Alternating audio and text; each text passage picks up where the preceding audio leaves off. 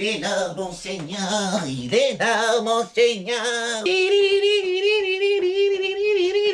Salut tout le monde et bienvenue dans l'Académie, j'espère que ça roule les man. Aujourd'hui on continue ce format que vous avez tant aimé.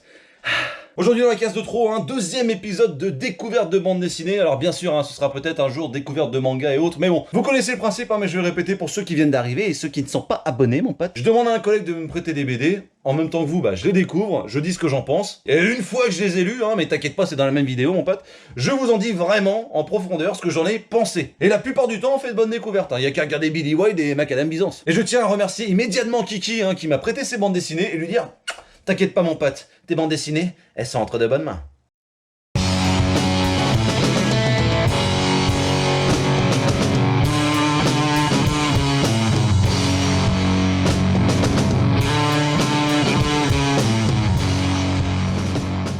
Mais sans perdre de temps, nous allons voir ce que le maître Kiki nous a sélectionné pour la première bande dessinée, mon pote. Alors, c'est une franco-belge. Ouais, c'est franco-belge, ça. Hop là, comme ça. Il y a un macaron, c'est l'avant. Hop.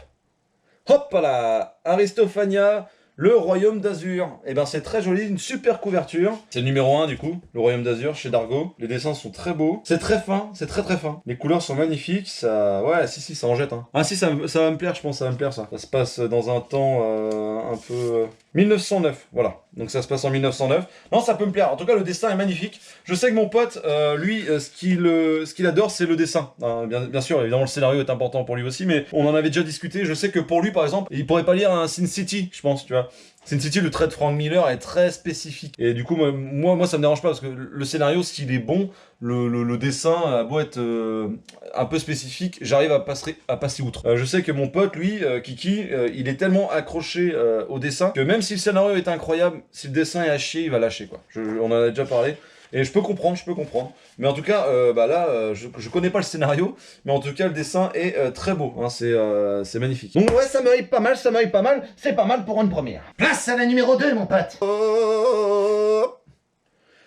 Le Château des Étoiles. Putain la vache, la couverture elle est incroyable mon gars. Rue de Sèvres. Les Chimères de Vénus, un récit parallèle. Ok d'accord, on s'en fout. La conquête de l'espace. Oh là là, ça peut me plaire ça mon petit pote. Putain, c'est des super objets quand même, mine de rien. On pourra dire ce qu'on veut, la BD, le dessin, alors par contre la couleur, putain c'est très pastel. La couleur est très pastel, ça a vraiment une patte encore une fois. C'est en termes d'ancrage, c'est spécifique quand même. Le dessin est... particulier. Par contre, ouais, la couleur, elle est bien spéciale, mon gars. Wow. Vous voyez, je sais pas si vous voyez ce que je veux dire.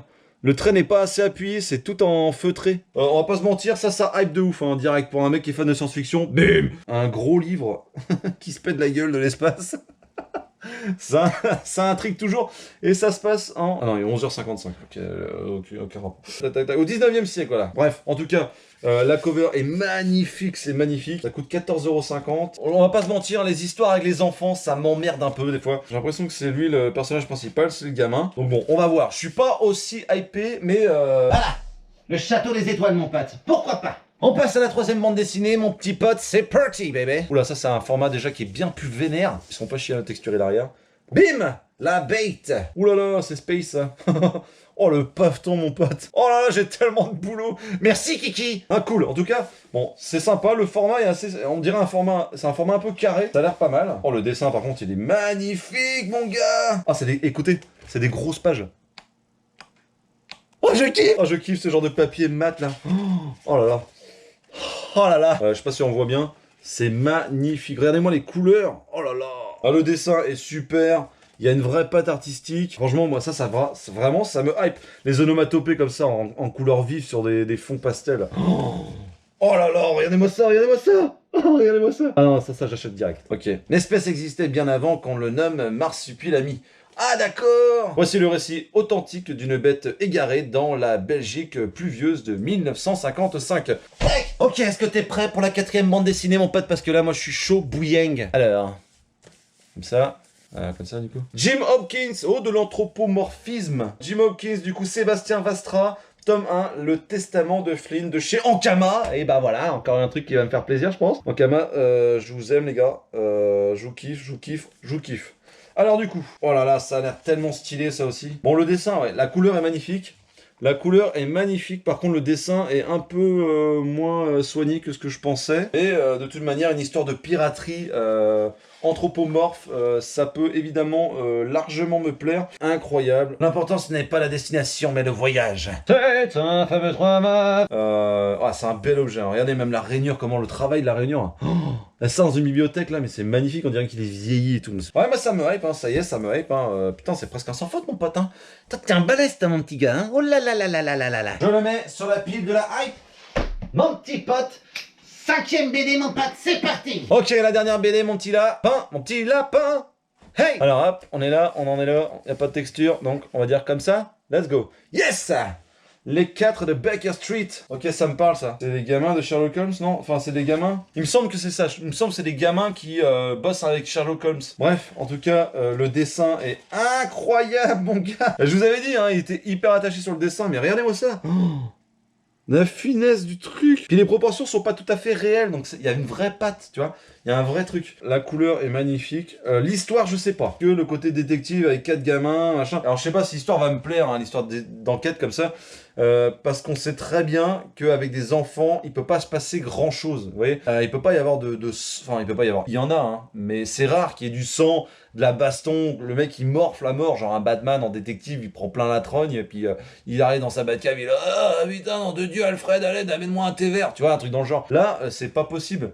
Avec des enfants, tu peux pas leur péter la gueule, leur arracher les dents ou leur planter un couteau dans le bide. C'est un peu chaud. Donc du coup, ouais, du coup on va voir. J'ai peur que ce soit un petit peu trop lissé. Mais bon, pourquoi pas, hein, ça peut être cool. Hein. C'est édité par Vent d'Ouest et c'est de Gian, Legrand et Etienne. En tout cas, on verra, mais ouais, voilà, on verra. En tout cas, je suis moins hypé que le reste. On va le mettre là, mon pote.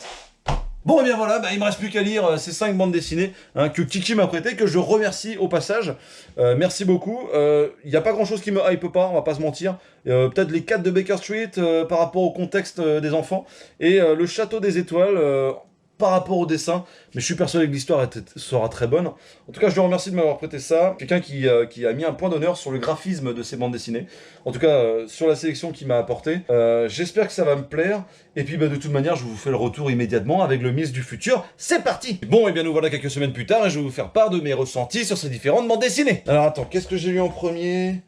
Voilà, La Bête de Zidrou et Frank P. Et pour commencer, ce que je peux vous dire, hein, c'est que c'est inspiré évidemment du Marsupilami, créé par André Franquin. Waouh, mais t'es balèze en déduction, Mims. Alors bien sûr, j'en avais déjà lu hein, des bandes dessinées sur le Marsupilami, au collège notamment, et c'est vrai que c'est quelque chose qui m'avait pas vraiment plu. Et ça ne me plaît toujours pas, mais vraiment. Mais là, ce n'est pas du tout, mais alors du tout, la même chose, mon pote. Oui, en effet, et déjà pour commencer, le dessin, à titre personnel, je le trouve tout simplement magnifique. Les grandes illustrations t'en mettent vraiment plein le buffet, c'est magnifique. Les belles couleurs pastel nous donnent un rendu doux, apaisant, presque mélancolique. Et l'histoire est dark. Mais alors, dark. Ça se passe en Belgique, la plupart du temps, il pleut, il fait pas beau dans la BD. Ça parle d'une femme qui est tombée amoureuse d'un soldat allemand pendant l'occupation, qui a eu un enfant avec celui-ci, et donc lui a dû partir quand les Alliés sont venus libérer la Belgique, du coup. Et elle se retrouve avec cet enfant-là, dans ce village-là, et franchement, on sent qu'ils sont exclus. C'est une histoire qui est vraiment poignante. Pour ce qui est de la bête, hein, donc le Marsupilami, c'est clairement une approche beaucoup plus sauvage et nettement moins humoristique. Et c'est pour ça que ça m'a plu. Il est évident que si j'avais lu ce Marsupilami-là à l'époque, j'aurais nettement plus accroché. Mais bon, c'est sorti en 2020, donc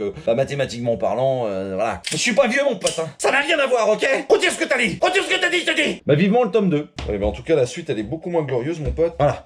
J'ai lu Jim Hopkins de Sébastien Vastra. Et malheureusement, je n'ai pas du tout réussi à être emporté par l'histoire. Ah oui, je l'ai pas dit, c'est le tome 1, le testament de Flynn. Et pourtant, sur le papier, ça portait bien. Il y avait du rhum, des femmes et de la bière, avec des navires, des corsaires, des pirates, 2-3 chansons. Ouais, ça sentait la vie. Il y avait un truc, Hey! Le projet me plaisait beaucoup. L'objectif principal est basique, hein, et même s'il y a 2-3 personnages un peu stylés, il n'y en a aucun qui a réellement du charisme. L'histoire n'est pas bien amenée, on voyage pas. Ajoutez à cela un dessin bon mais sans plus, des textes sans réel intérêt, et vous obtenez ça. En plus, j'ai pas tout compris, hein, parce que tous les animaux ne sont pas logés à la même enseigne. Non. Les chiens, les cochons, les aigles, les phoques, etc., eux, sont tout à fait humanifiés et humanisés, donc anthropomorphes. En revanche, certains ne le sont pas du tout, hein, et restent des animaux domestiques, voire sauvages. Genre les requins, les chevaux, mais pourquoi? Du coup, ça donne des scènes complètement cheloues, c'est-à-dire des chiens à cheval ou un gorille qui pêche du requin. Oh, la drogue, mon pote. Rock. Bref, pas ouf comme délire. Heureusement pour le coup que le travail éditorial est impeccable et franchement, on va pas se mentir, les couleurs sont tout simplement magnifiques, hein, et ça sauve quand même un petit peu les meubles. Ensuite, j'ai continué sur Aristophania tome 1 de Dorison et Partnott. Ce tome s'appelle Le Royaume d'Azur et pour être tout à fait franc avec vous, j'ai adoré. Ouais. Pour la faire courte, hein, c'est l'histoire de 3 enfants un peu orphelins, qui sont frères et sœurs, et qui vont être aidés par une vieille dame magicienne à plus ou moins venger leur père, voilà. C'est un subtil mélange entre Harry Potter et Peter Pan. De Loisel. Oui, c'est un peu moins marrant du coup. C'est sombre, violent, magique et tragique. Le dessin est magnifique, surtout les paysages, et ça se lit tout seul. Tout seul. Bah c'est une autoroute le truc, toi, t'es... voilà. Le seul petit bémol que je peux reprocher à cette bande dessinée, c'est que dans ce premier tome, il ne se passe pas grand-chose. Le développement de l'histoire est très classique et la trame principale se voit à des kilomètres. Mais c'est loin, je t'ai dit que c'était une autoroute tout à l'heure. Enfin, tout cela n'enlève en rien son efficacité, j'ai vraiment passé un super bon moment. Et je serais curieux de lire la suite, mon petit kiki. Mais sans perdre de temps, continuons tout de suite avec le Château des Étoiles, tome 1. Alors si j'ai bien compris, hein, c'est une histoire en 2 volumes, donc j'ai lu la moitié.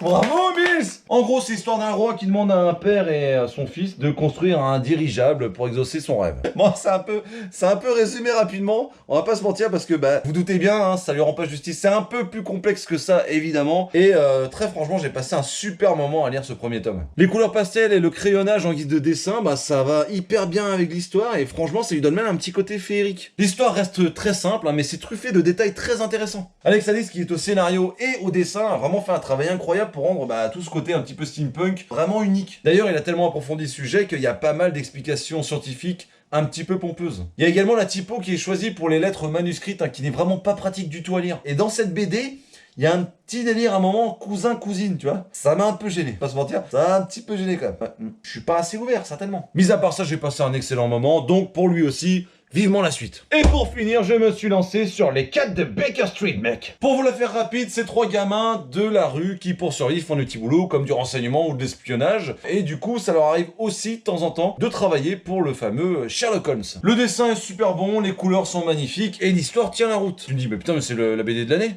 Le travail sur les décors sont d'une cohérence et d'une finesse dingue. Et j'ai vraiment pris mon pied avec des textes qui sont bourrés d'humour. Malheureusement, comme je redoutais, l'histoire reste politiquement correcte. Et la fin est bâclée, donc m'a totalement déçu. J'ai quand même passé plutôt un bon moment, hein, mais c'est pas quelque chose qui va me marquer à tout jamais, quoi. Bon, et bien pour résumer ce deuxième épisode, je dirais qu'il y a quand même pas mal de similitudes entre ces 5 bandes dessinées. Par exemple, le thème de la jeunesse est constamment mis à l'honneur. Que ce soit un héros qui soit enfant ou une histoire qui parle de l'enfance elle-même. Ensuite, sur ces 5 bandes dessinées qui sont totalement différentes, il y a un grand soin qui est apporté pour le dessin et la couleur. Mais bon, ça mon pote Kiki m'avait prévenu. Et pour finir, il m'a quand même sélectionné des histoires plus ou moins sombres et adultes à chaque fois. Et rien que pour ça, merci Kiki. J'ai encore passé un très bon moment en compagnie de cette sélection et très franchement, je n'aurais jamais acheté aucun de ces tomes-là en librairie. Donc c'est encore une nouvelle fois un succès, hein, parce qu'avec ce format, j'aime vous montrer une chose, hein, peu importe le format, un lecteur lit. Oh bravo, Miss, bravo. C'est beau ce que tu dis. Et je suis désormais en mesure de vous conseiller 2 bandes dessinées qui pour moi sortent du lot. Je vous proposerai La Bête, que j'ai adoré, hein, le traitement du marsupilami beaucoup plus énervé, adulte et violent. Et Aristophania, si vous aimez la magie, le fantastique et tout ce qui est un peu féerique. Pareil, sur un fond assez sombre et assez violent. Et franchement, je peux vous conseiller qu'une seule chose, les gars, c'est de foncer, quoi. Voilà. Simplement. Merci d'avoir regardé cette vidéo jusqu'au bout. Si t'as kiffé, lâche un like et abonne-toi. Dites-moi dans les commentaires si ce format vous intéresse, hein, je peux tout à fait imaginer ça sur du comics, de la bande dessinée, du manga. Sur ce, je vous fais d'énormes bises, prenez soin de vous et à très bientôt dans la cave.